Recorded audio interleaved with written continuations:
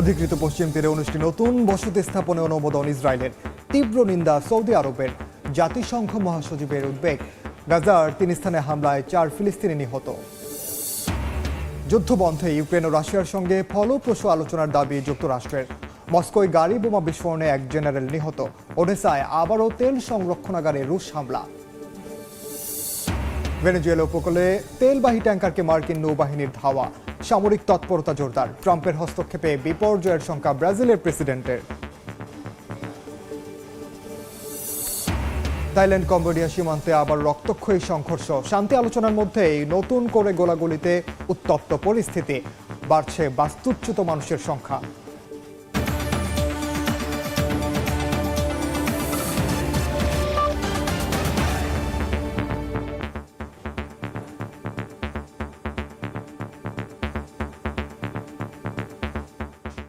আন্তর্জাতিক সময়ের সঙ্গে আছি আমি ওমর ইনাল। শুরুতে দেশের খবর। প্রধান নির্বাচন কমিশনার এএমএম নাসির উদ্দিনের সঙ্গে বৈঠক শেষে কথা বলছেন বিএনপির স্থায়ী কমিটির সদস্য সালাহ উদ্দিন আহমদ। সরাসরি যাচ্ছে সেখানে।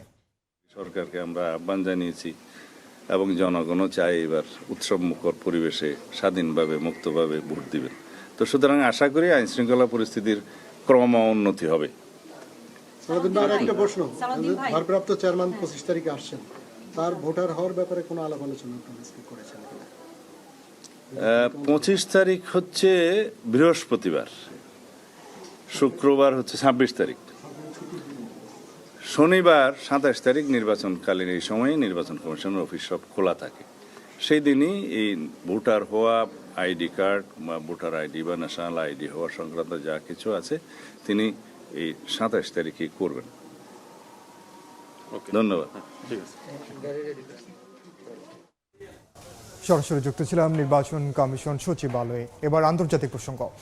গাজা ইসরায়েলি হামলায় অন্তত 4 জন ফিলিস্তিনি নিহত হয়েছেন। স্থানীয় সময় শনিবার অধিকৃত পশ্চিম তীরে আলাদা অভিযানে 2 জন এবং রোববার ইসরায়েলি সেনা নিয়ন্ত্রিত ইয়েলো লাইনের কাছে হামলায় 2 জন নিহত হয়েছে বলে জানায় ফিলিস্তিনের স্বাস্থ্য মন্ত্রণালয়। এদিকে পশ্চিম তীরে 19টি নতুন ইহুদি বসতি স্থাপনের অনুমোদন দিয়েছে ইসরায়েলের নিরাপত্তা মন্ত্রিসভা। আর গাজার রোগীদের জন্য প্রতিবেশী দেশগুলোকে সীমান্ত খুলে দেওয়ার আহ্বান জানিয়েছে বিশ্ব স্বাস্থ্য সংস্থা। যুদ্ধবিরতি সত্ত্বেও গাজায় থামছে না ইসরায়েলি বর্বরতা। অধিকৃত পশ্চিম তীরে ইসরায়েলি বাহিনীর অভিযানে প্রাণ গেছে নিরীহ ফিলিস্তিনের। স্থানীয় সময় শনিবার জেনিনের কাভাতিয়া শহর এবং পশ্চিমে সিলাত আল হারাধিয়া এলাকায় অভিযানে মারা গেছে বেশ কয়েকজন।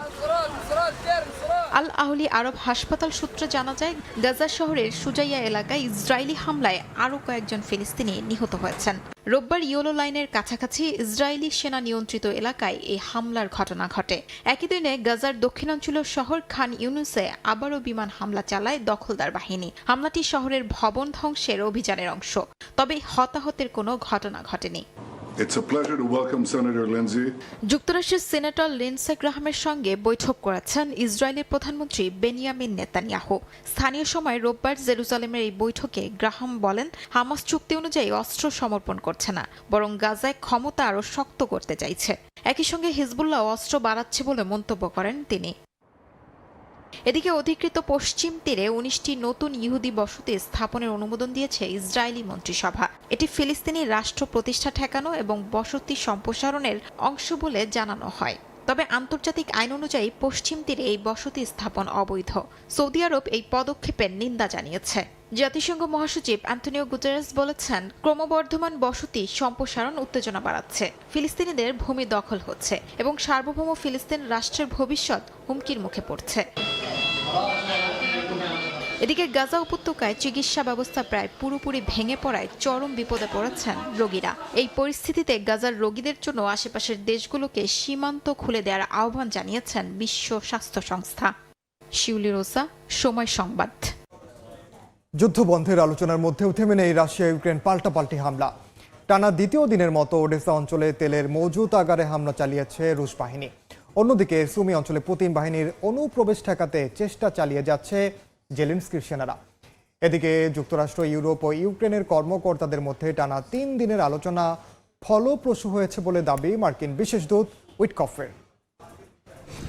So pleased to see you.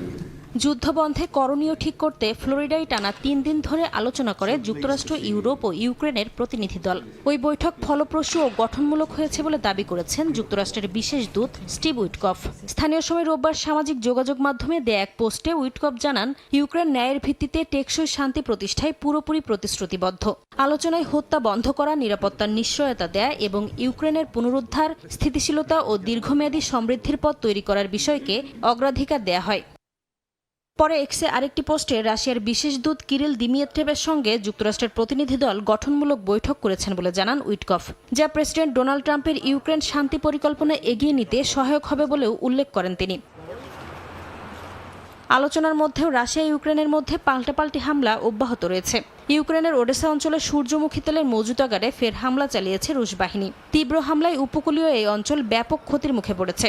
Russia ইউক্রেনের সমুদ্রে প্রবেশাধিকার সীমিত এবং উপকূলীয় অঞ্চল অবরুদ্ধ করার চেষ্টা করছে বলে অভিযোগ করেছেন প্রেসিডেন্ট ভলোদিমির জেলেনস্কি। এদিকে রাশিয়ার মস্কোয় গাড়ি বোমা বিস্ফোরণে এক সেনা কর্মকর্তা নিহত হয়েছেন। স্থানীয় সময় সোমবার ভোরে গাড়িতে লুকিয়ে রাখা বোমা থেকে এই বিস্ফোরণ ঘটে।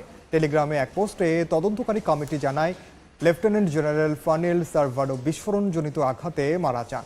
তবে বিস্ফোরণের উদ্দেশ্য এখনও অজানা। কর্তৃপক্ষের ধারণা এতে ইউক্রেনীয় বাহিনীর হাত থাকতে পারে। এ বিষয়ে এখনও কোনো মন্তব্য করেনি ইউক্রেন।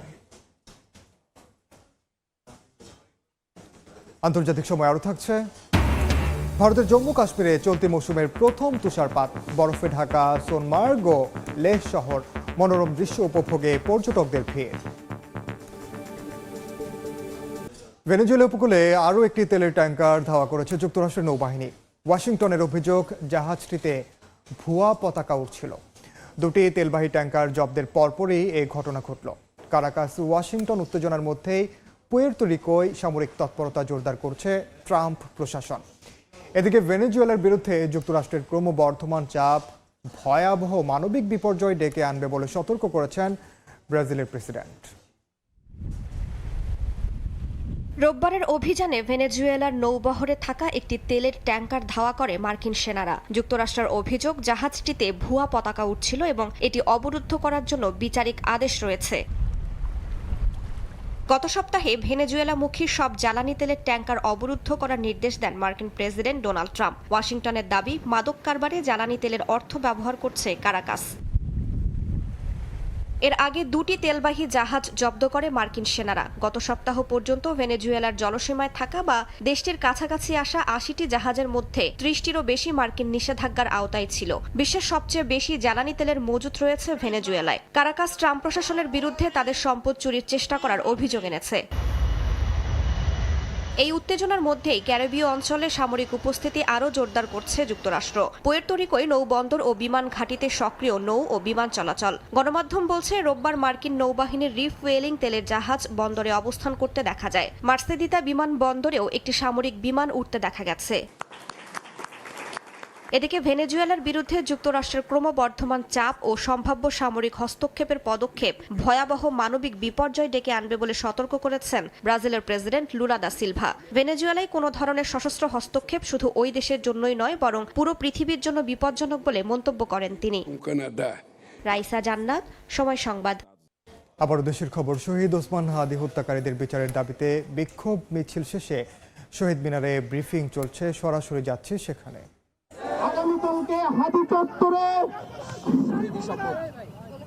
আগামীকালকে হাদি চত্বরে আমরা শহীদি শপথ গ্রহণ করব। সেই শপথ গ্রহণ করার পর থেকে হাদির খুনিকে আমাদের সামনে প্রকাশ্যে হাজির করা না পর্যন্ত আমরা ঘরে ফিরে যাব না। কোন ধরনের এজেন্সি দিয়ে আমাদেরকে থামাতে পারবেন না। কোন ধরনের প্রলোভন দিয়ে আমাদেরকে থামাতে পারবেন না। আমরা শহীদ ওসমান হাদির উত্তরসূরি, আমরা তিতুমিরের উত্তরসূরি। এই মুসলিম বঙ্গের মানুষের মুক্তির জন্য, ইনসাফের জন্য আমাদের সংগ্রাম চলছে, চলবে। প্রিয় সংগ্রামী জনতা, আগামীকাল বিকাল ৩টায় হাদি চত্বরে আপনাদের সকলকে শহীদি শপথে অংশগ্রহণের আহ্বান জানিয়ে আমার বক্তব্য শেষ করছি। ধন্যবাদ সকলকে।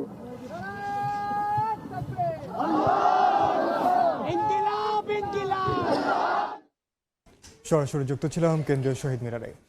থাইল্যান্ড কম্বোডিয়া সীমান্তে আবারও রক্তক্ষয়ী সংঘর্ষের ঘটনা ঘটেছে। শান্তি আলোচনার মধ্যে সোমবার নতুন করে গোলাগুলিতে উত্তপ্ত হয়ে উঠেছে পরিস্থিতি। দুদেশের উত্তেজনায় বাড়ছে বাস্তুচ্যুত মানুষের সংখ্যা। যুদ্ধবিরতি উপেক্ষা করে স্থানীয় সময় সোমবার ভোরে আবারও সংঘাতে জড়িয়ে পড়ে থাইল্যান্ড ও কম্বোডিয়ার সেনারা।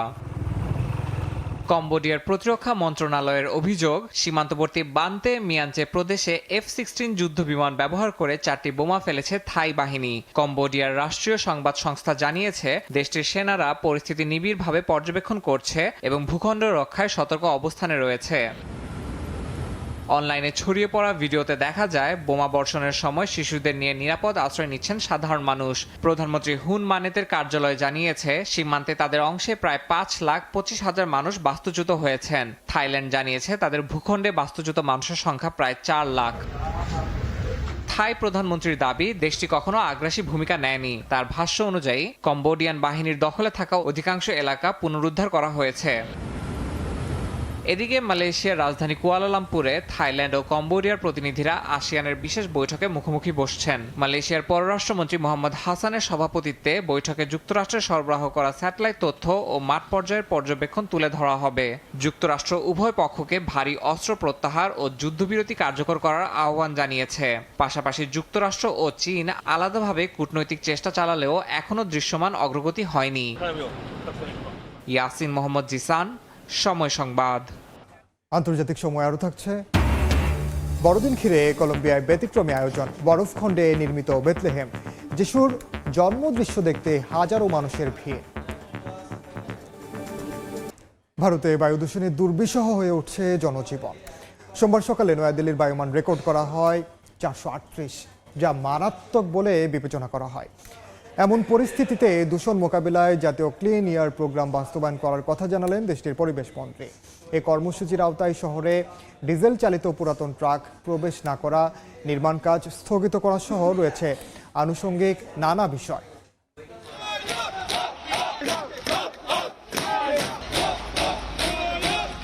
বায়ু দূষণের মধ্যেই নয়াদিল্লিতে চলছে প্রজাতন্ত্র দিবস উপলক্ষে ক্যাডেটদের অনুশীলন। ভারতের ভয়াবহ বায়ু দূষণ ধীরে ধীরে বাসিন্দাদের দৈনন্দিন জীবনের অংশ হয়ে উঠছে। স্থানীয় সময় সোমবারও ধোঁয়াশায় আচ্ছন্ন হয়ে যায় রাজধানী শহরটি। ভারতের কেন্দ্রীয় দূষণ নিয়ন্ত্রণ বোর্ডের তথ্য অনুযায়ী এদিন নয়াদিল্লির বায়ুমান রেকর্ড করা হয় 438, যা মারাত্মক বলে বিবেচনা করা হয়ে থাকে। এমন পরিস্থিতিতে ঝুঁকিতে আছে শিশু, বয়স্ক ও শ্বাস প্রশ্বাসজনিত রোগে আক্রান্ত ব্যক্তিরা। তীব্র দূষণে জীবনযাপন দিন দিন কঠিন হয়ে পড়ছে বলছেন বাসিন্দারা। এমন পরিস্থিতিতে বসবাস করা খুবই কঠিন। আমার ছোট ছোট বাচ্চা আছে, তাদের শ্বাস প্রশ্বাসজনিত সমস্যার মুখোমুখি হতে হচ্ছে। অনেক শিক্ষা প্রতিষ্ঠানও অনলাইনে শিক্ষাদান কার্যক্রম শুরু করেছে। এখানে কুয়াশার সঙ্গে দূষণের মাত্রাও অনেক বেড়েছে। শীতও। মোট কথায় দিল্লি সব দিক থেকেই সমস্যার মুখোমুখি। সরকারের এই বিষয়টি গুরুত্বের সঙ্গে বিবেচনা করা উচিত। এদিকে বায়ু দূষণ মোকাবিলায় সরকার জাতীয় ক্লিন এয়ার প্রোগ্রাম বাস্তবায়ন করছে বলে জানিয়েছেন ভারতের পরিবেশ মন্ত্রী ভূপেন্দ্র যাদব। ফিউল এক বড় বিষয় হ্যায়, গ্রিনিং বড় বিষয় হ্যায়। জ্বালানি সবুজায়ন এবং ধূলিকণা বড় সমস্যা। এরই মধ্যে প্রধানমন্ত্রীর নির্দেশ অনুসারে জাতীয় ক্লিন এয়ার প্রোগ্রামে নির্ধারিত মানের বিষয়ে দিল্লির সব কর্পোরেশনকে অবহিত করা হয়েছে। ধাপে ধাপে বাস্তবায়নের ফলে ফলাফল পেতেও একটু সময় লাগবে। এই বিধিনিষেধের মধ্যে রয়েছে শহরে ডিজেল চালিত পুরাতন ট্রাক প্রবেশ না করা, নির্মাণ কাজ স্থগিত ও হাইব্রিড শিক্ষা ব্যবস্থা চালুর বিষয়ও। নাসরিন রুমি, সময় সংবাদ। সুদানের দক্ষিণ দারফুরে একটি ব্যস্ত বাজারে ড্রোন হামলায় অন্তত 10 জন নিহত হয়েছেন। মানবাধিকার সংস্থা north Darfur emergency rooms council জানায়, স্থানীয় সময় শনিবার মালহার শহরের আল হারা মার্কেটে ড্রোন হামলা চালানো হয়। এটি RSF এর নিয়ন্ত্রণাধীন একটি এলাকায়। হামলার পর বাজারের বহু দোকানে আগুন ধরে যায়। অবকাঠামোর ব্যাপক ক্ষয়ক্ষতি হয়। কারা এই হামলা চালিয়েছে তা এখনও স্পষ্ট নয়।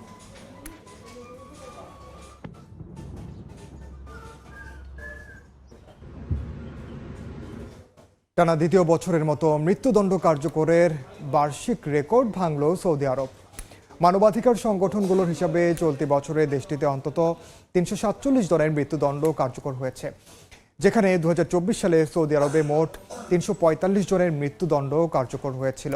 যুক্তরাজ্য ভিত্তিক মানবাধিকার সংগঠন রিপ্রিভের মতে নজরদারি শুরুর পর এটিই সৌদি আরবের সবচেয়ে রক্তক্ষয়ী বছর। মৃত্যুদণ্ডের বড় অংশ মাদক অপরাধ ও রাজনৈতিক মামলায় দেয়া হচ্ছে। বিচার প্রক্রিয়ার স্বচ্ছতা নিয়েও প্রশ্ন রয়েছে। সর্বশেষ কার্যকর হওয়া মৃত্যুদণ্ডে মাদক সংক্রান্ত অভিযোগে দণ্ডিত 2 পাকিস্তানি নাগরিকের নাম যুক্ত হওয়ায় আন্তর্জাতিক মহলে সৌদি আরবের মৃত্যুদণ্ড নীতির বিরুদ্ধে সমালোচনা আরও জোরালো হয়েছে। গ্রিস উপকূলে নৌকা থেকে উদ্ধার হওয়া অভিবাসন প্রত্যাশীর বেশিরভাগই বাংলাদেশি। শুক্রবার দেশটির গাভদস উপকূলে একটি মাছ ধরার নৌকা থেকে 539 জন অভিবাসন প্রত্যাশীকে উদ্ধার করা হয়। উদ্ধারকৃতদের মধ্যে বাংলাদেশি ছাড়াও পাকিস্তানি, মিশরীয়, এরিত্রীয়, সোমালি, সুদান, ইয়েমেন ও ফিলিস্তিনের নাগরিক রয়েছেন। কর্তৃপক্ষের ধারণা, মানব পাচারকারীদের সহায়তায় লিবিয়ার পূর্বাঞ্চল থেকে অন্তত 36 ঘন্টার ঝুঁকিপূর্ণ সমুদ্র যাত্রা পাড়ি দিয়ে তারা গ্রিসে পৌঁছান। সার্বিয়ায় ছাত্র আন্দোলন নিচ্ছে নতুন মোড়। রোববার বিশ্ববিদ্যালয়ের সরকারি হস্তক্ষেপের বিরুদ্ধে প্রতিবাদ জানিয়ে রাস্তায় নামেন শিক্ষক ও শিক্ষার্থীরা। বিশ্ববিদ্যালয়ের পরিচালনা পর্ষদের পদত্যাগের দাবি জানান তারা।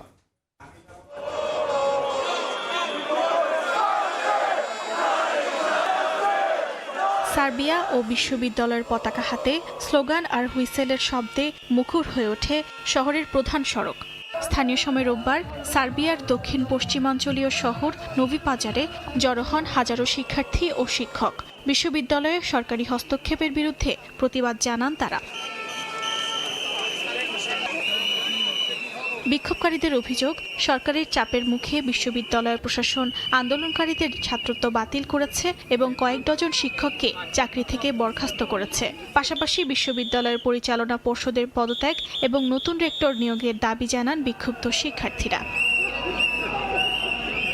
আন্দোলনকারী শিক্ষার্থীরা বলছেন, এটি শুধু শহর বা বিশ্ববিদ্যালয়ের লড়াই নয়, এর সঙ্গে পুরো সার্বিয়ার উচ্চশিক্ষা ব্যবস্থার ভবিষ্যৎ জড়িত। এদিকে সব অভিযোগ অস্বীকার করে প্রেসিডেন্ট আলেকজান্ডার ভুচিচ ও তার দল বলছে, বিশ্ববিদ্যালয়ের প্রশাসনের সিদ্ধান্তের সঙ্গে রাজনীতির কোনো সম্পর্ক নেই। অর্জিতা শেহজিন, সময় সংবাদ। পরিবেশ ধ্বংসের প্রতিবাদে পাকিস্তানের করাচিতে রাস্তায় নেমেছেন পরিবেশ কর্মীরা। উন্নয়ন প্রকল্পের নামে প্রকৃতি ধ্বংস বন্ধের দাবি জানানো হয় এই কর্মসূচি থেকে। স্থানীয় সময় রোববার করাচির ঐতিহাসিক ফেয়ার হল পার্কে জড়ো হন পরিবেশ কর্মী ও সংস্কৃতি কর্মীরা। নাটক, গান ও নৃত্যের মাধ্যমে জলবায়ু পরিবর্তন ও পরিবেশ সুরক্ষার বার্তা তুলে ধরা হয় আন্দোলনে। পাশাপাশি কয়লা প্রকল্প, নদীর তলদেশে নির্মাণ, সমুদ্র ভরাট ও উপকূলীয় উন্নয়ন প্রকল্প বন্ধের আহ্বান জানানো হয়। জলবায়ু পরিবর্তনের প্রভাবে সবচেয়ে ঝুঁকিপূর্ণ দেশগুলোর একটি পাকিস্তান। এই বাস্তবতায় পরিবেশগত ন্যায় বিচার নিশ্চিত করার জোরালো দাবি জানান আন্দোলনকারীরা। বিশ্বের সবচেয়ে বড় পারমাণবিক বিদ্যুৎ কেন্দ্র নতুন করে চালুর প্রস্তুতি নিচ্ছে জাপান। দেশটির রাষ্ট্রীয় বিদ্যুৎ পরিষেবা সংস্থা টোকিও ইলেকট্রিক পাওয়ার কোম্পানি টেপকোর বরাতে রয়টার্স এ তথ্য জানিয়েছে। ফুকুশিমা ট্র্যাজেডির জেরে 15 বছর ধরে বন্ধ রাখা হয় কাজুসাব-কারিওয়াকা পরমাণু বিদ্যুৎ কেন্দ্র। এর আয়তন 42 লাখ বর্গমিটার। মোট 7টি পরমাণু চুল্লি আছে এই বিদ্যুৎ কেন্দ্রে, যেগুলোর সম্মিলিত বিদ্যুৎ উৎপাদন ক্ষমতা 8.2 মেগাওয়াট। এটি পরিচালনা ও দেখভালের দায়িত্বে আছে টেপকো। 2011 সালে বড় মাত্রার ভূমিকম্পের জেরে সৃষ্ট সুনামিতে জাপানের ফুকুশিমা দাইচি পরমাণু বিদ্যুৎ কেন্দ্র সহ বিভিন্ন বিদ্যুৎ কেন্দ্রের মোট 54টি চুল্লি বিধ্বস্ত হয়। এসব চুল্লির মধ্যে কাশিওয়াজকি কারিওয়া বিদ্যুৎ কেন্দ্রের চুল্লিগুলোও ছিল। চলতি মৌসুমের প্রথম তুষারপাত শুরু হয়েছে ভারতের কেন্দ্রশাসিত অঞ্চল জম্মু কাশ্মীরে। স্থানীয় সময় শনিবার রাত থেকে শুরু হওয়া তুষারপাতে ঢেকে গেছে সোনমার্গ ও লেহ শহর, যা দেখতে উপত্যকাগুলো ভিড় করছেন পর্যটকরা। আগামী দুদিনে অঞ্চলটিতে তুষারপাত ও বৃষ্টির মাত্রা বাড়তে পারে বলে জানিয়েছে ভারতের আবহাওয়া দফতর। শুভ্র বরফের চাদরে ছেয়ে আছে চারপাশ। রাস্তা, কটেজ, গাছপালা বাদ যায়নি কিছুই। এর মধ্যেই ধীরে পড়ছে তুষার। নৈসর্গিক এ দৃশ্য ভারতের উত্তরাঞ্চলের সোনমার্গ ও লেহ শহরের। চলতি মৌসুমের প্রথম তুষারপাত শুরু হয়েছে দেশটির কেন্দ্রশাসিত অঞ্চল জম্মু কাশ্মীরে। স্থানীয় সময় শনিবার রাত থেকে শুরু হওয়া তুষারপাতে পাহাড়ি অঞ্চলগুলোতে এক মনোরম দৃশ্যের অবতারণা হয়। শীত উপেক্ষা করে তুষারপাত উপভোগ করতে ঘরের বাইরে বের হন বাসিন্দারা। খেলায় মেতে উঠতে দেখা যায় শিশু কিশোরদেরও। আগামী 2 দিনে অঞ্চলটিতে তুষারপাত ও বৃষ্টির মাত্রা বাড়তে পারে বলে জানিয়েছে ভারতের আবহাওয়া দফতর। এদিকে তুষারপাত ঘিরে প্রাকৃতিক সৌন্দর্যের জন্য পরিচিত জম্মু কাশ্মীরে বাড়ছে পর্যটকের ভিড়। ভয়াবহ বায়ু দূষণের প্রকোপ থেকে নিজেদের কিছুদিনের জন্য দূরে রাখতে দিল্লি ও আশপাশের রাজ্যগুলো থেকেও ঘুরতে যাচ্ছেন অনেকে। তবে গত কয়েক সপ্তাহ ধরে কাশ্মীর উপত্যকায় বাতাসের ক্ষতিকর কণার মাত্রা বাড়ছে বলে উদ্বেগ প্রকাশ করেছেন পরিবেশবিদরা। নাসরিন রুমি, সময় সংবাদ। বরফে গড়া বেথলেহেম। কলম্বিয়ার রাজধানী বোগোতায় বরফখণ্ডে নির্মিত যিশুর জন্মদৃশ্য দেখতে ভিড় জমাচ্ছেন মানুষ। 1 মাস ধরে তৈরি এই শিল্পকর্মে ব্যবহার করা হয়েছে প্রায় 20 টন বরফ। কলম্বিয়ার বোগোতায় সেন্ট কায়েতানো চার্চে ঢুকলেই চোখে পড়ে ব্যতিক্রমী দৃশ্য। শিশু যিশু, মেরি ও জোসেফ বরফে খোদাই করা। সাধারণ প্রদর্শনী নয়, দর্শকদের জন্য এটি যেন বেথলেহেমের সেই শীতল রাতের অনুভূতি ফিরিয়ে আনার এক জীবন্ত আয়োজন। 1 মাস ধরে তৈরি এই শিল্পকর্মে ব্যবহার করা হয়েছে প্রায় 20 টন বরফ। সম্পূর্ণ আবদ্ধ একটি কন্টেইনারের ভেতরে তাপমাত্রা রাখা হয়েছে -12 ডিগ্রি সেলসিয়াস। প্রবেশের সঙ্গে সঙ্গেই দর্শককে ঘিরে ধরে তীব্র ঠান্ডা, যা যিশুর জন্মের সময়কার কষ্টের প্রতীক হিসেবেই উপস্থাপন করা হয়েছে। এটি সত্যি অসাধারণ অভিজ্ঞতা, খুব সুন্দর, একেবারে আলাদা আর ভোলার মতো নয়। ভেতরে ঢুকেই এক ধরনের শান্তি ও আধ্যাত্মিক প্রশান্তি অনুভব করেছি। এই বরফ শিল্প নির্মাণ করেছেন ভাস্কর দিয়েগো জুলেটা, যার সহযোগিতায় ছিল তার বিশেষ দল। টানা মাইনাস তাপমাত্রায় কাজ করে 4 জনের একটি দল গড়ে তুলেছে এই স্থাপনা, যা এখন বড়দিন উপলক্ষে বোগোতার অন্যতম আকর্ষণে পরিণত হয়েছে। দর্শকদের এক অনন্য অভিজ্ঞতার সুযোগ দেবে বোগোতার এই ভিন্নধর্মী আয়োজন, এমনটাই প্রত্যাশা গির্জা কর্তৃপক্ষের। উর্জিতা শেহজিন, সময় সংবাদ। আন্তর্জাতিক সময়ের শীর্ষ সংবাদগুলো জানিয়ে দিচ্ছি আরেকবার। অধিকৃত পশ্চিম তীরে 19টি নতুন বসতি স্থাপনে অনুমোদন ইসরায়েলের। তীব্র নিন্দা সৌদি আরবের। জাতিসংঘ মহাসচিবের উদ্বেগ। গাজার 3 স্থানে হামলায় 4 ফিলিস্তিনি নিহত। যুদ্ধবন্ধে ইউক্রেন ও রাশিয়ার সঙ্গে ফলপ্রসূ আলোচনার দাবি যুক্তরাষ্ট্রের। মস্কোয় গাড়ি বোমা বিস্ফোরণে 1 জেনারেল নিহত। ওডেসায় আবারও তেল সংরক্ষণাগারে রুশ হামলা। এবং ভেনেজুয়েলা উপকূলে তেলবাহী ট্যাঙ্কারকে মার্কিন নৌবাহিনীর ধাওয়া। সামরিক তৎপরতা জোরদার। ট্রাম্পের হস্তক্ষেপে বিপর্যয়ের শঙ্কা ব্রাজিলের প্রেসিডেন্টের।